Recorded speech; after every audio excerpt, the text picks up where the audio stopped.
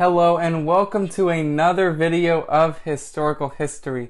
My name is Jake and today we are going to talk about how one man paved the way for women to get a chance to vote.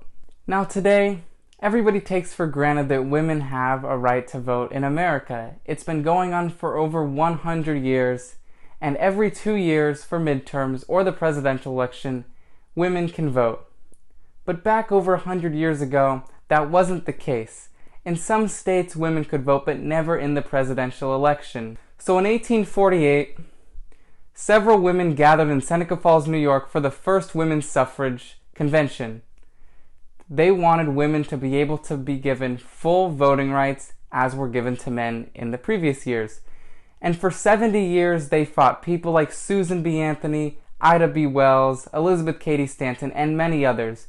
This is not the purpose of the video, and it could be an entirely different video to talk about the fight for women's suffrage over these 70 years.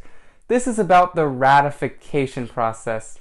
So in 1917, after many years of being against women's suffrage, Woodrow Wilson finally agreed that he wanted women to be able to be given the right to vote.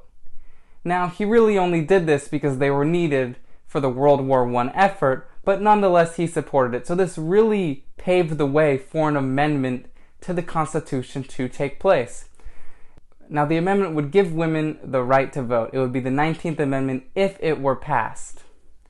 However, having an amendment to the Constitution is really hard, and in fact, the Constitution has only been amended 17 times over almost 250 years, so it is really difficult to be able to get it passed, and here's why. In order to get an amendment passed, as said in the Constitution, you need 2/3 of Congress, both the House and the Senate, to support the amendment, and 3/4 of the states need to ratify the amendment for it to be solidified in the Constitution. Now, as you all know, it is very difficult to get 2/3 of Congress to agree on basically anything, and to get 3/4 of the states would probably be even harder. So this is why there's only been 17 amendments in total to the Constitution in America's history. However, once Woodrow Wilson agreed that women should be given the right to vote in national elections, the process really got off the ground. And in May and June of 1919, Congress, both the House and the Senate, passed the amendment to be able to give women the right to vote. But it wasn't done yet. They still needed to get the states, and here is where the problems began. So at the time, there were 48 states in America. Alaska and Hawaii were not states yet. They would become states in 1959. There were 48 states. That means that 36 states needed to ratify the amendment. Now, some states ratified it very, very quickly. Illinois, Michigan, Wisconsin ratified the amendment only about a week after Congress approved the amendment. And for the next year or so, it was a slow roll of more and more states ratifying the amendment. A few states didn't, mainly southern states, but also states like Delaware and Maryland.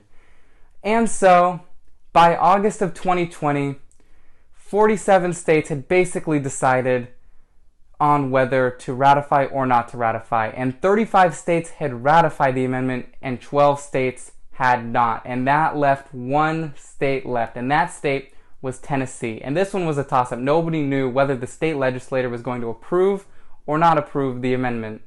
Now, people were very unsure about how this vote would turn out because there were many pro-suffrage state legislators and there were many anti-suffrage state legislators. And walking into the state legislature on August 18th, 1920, 96 legislators walked into the room. Now, some of them were wearing yellow roses, signifying that they were in support of women's suffrage, and others wore red roses, signaling that they were against women's suffrage. And so in walks Harry Byrne.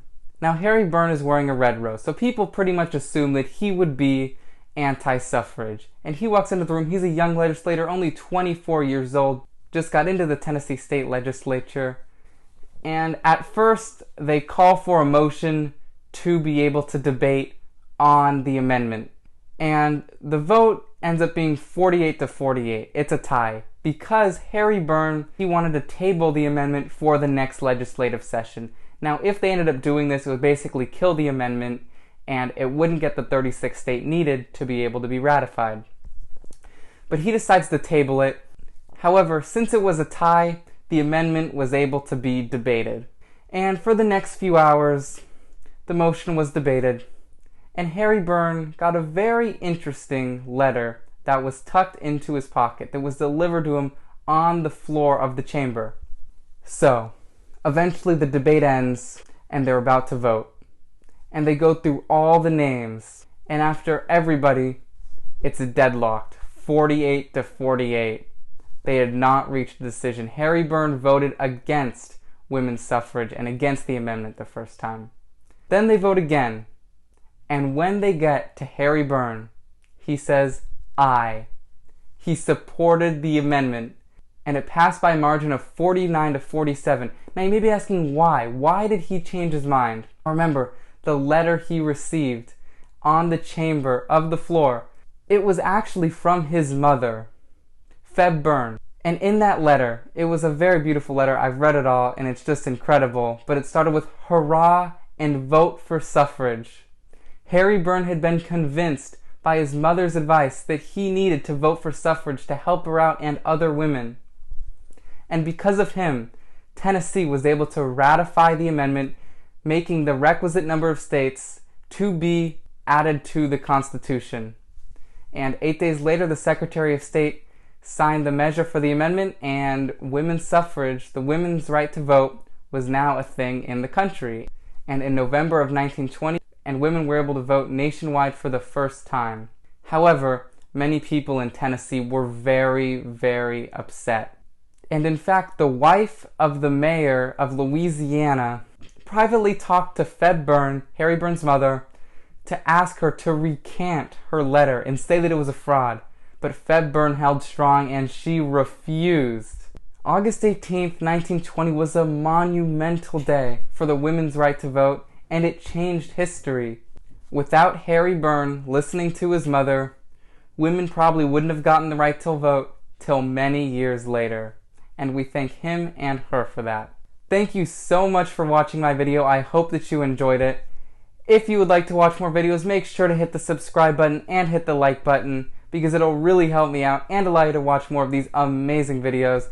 And more videos will be released very soon, so stay tuned. See you next time.